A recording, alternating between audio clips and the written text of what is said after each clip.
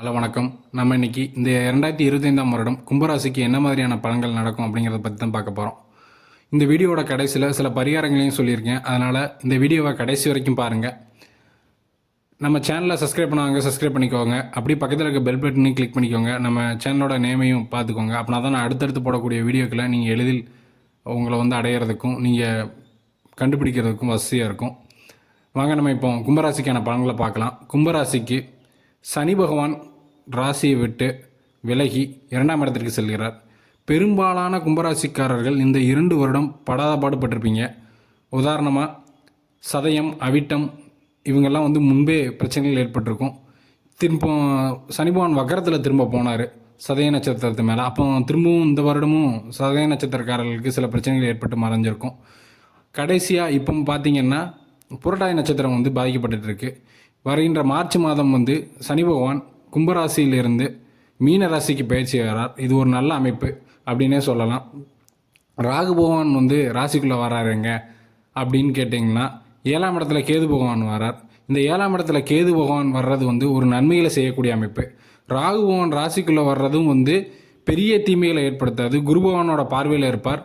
அடுத்த ஒரு வருடங்களுக்கு பின்பு குரு பகவான் அடுத்த இடத்திற்கு போனதுக்கப்புறம், அதாவது மிதுனத்திலிருந்து கடகத்துக்கு வந்ததுக்கப்புறம் உங்கள் ராசியை பார்க்க மாட்டார். அந்த நேரத்தில் சில பல மனச்சோம்பல்களை ஏற்படுத்துவார் ராகு பகவான். அதற்கான பரிகாரத்தையும் இந்த வீடியோட கடைசியில் சொல்லியிருக்கேன், கண்டிப்பாக பாருங்கள். மற்றபடி பார்த்தீங்கன்னா கேது பகவான் 7ஆம் இடத்துலேருந்து மிகுந்த நன்மைகளை ஏற்படுத்தக்கூடிய அமைப்பில் இருக்கார். அவர் கெடுதலை பண்ண மாட்டார். ராகு பகவான் ஜென்மத்தில் வர்றது பிரச்சனை தான். ஆனாலும் குரு பார்வையில் இருக்கிறதுனால நீங்கள் சமாளிக்கலாம், அதுவும் பிரச்சனை இல்லை. 2ஆம் இடத்துல வரப்போகிற சனியும் குரு பகவான் அடுத்த வருடம், அதாவது 2026ஆம் வருடம் பார்ப்பார். அதனால் உங்களுக்கு 7.5 சனிங்கிறது இனிமேல் பெரிய பிரச்சனை இல்லைங்க.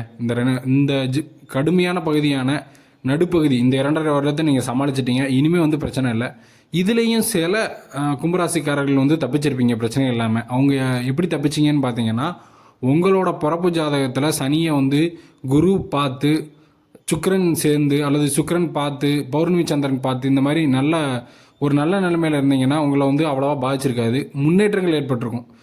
பாதிப்பாக இருந்தாலும் சில முன்னேற்றங்களையும் சில கும்பராசிக்காரர்களுக்கு ஏற்படுத்தியிருப்பார்.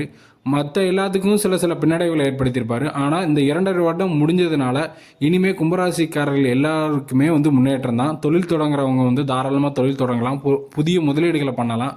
ஆனால் அனுபவம் இல்லாத ஒரு விஷயத்தை பண்ணுறது நான் எப்போவுமே ப்ரிஃபர் பண்ண மாட்டேன். ஒரு தெளிவான ஒரு நல்ல அனுபவத்தோட ஒரு நல்ல பல பேர்கிட்ட ஆலோசனை பண்ணி ஒரு விஷயத்தை பண்ணுறதா இருந்தால் நீங்கள் கிரக சஞ்சார நிலைகள் நல்ல நிலைமையில் இருக்கையில் பண்ணலாம்.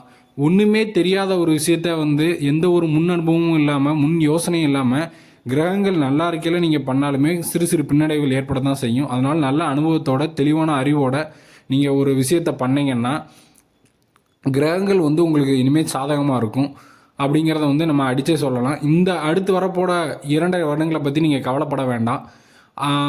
உங்களுக்கு ராகு பகவானால் பிரச்சனைகள் ஏற்படும் அப்படின்னு பார்த்தீங்கன்னா அதை சமாளிக்கிறதுக்கு நீங்கள் வெள்ளிக்கிழமை துர்க்கையை வழிபட்டு வாங்க.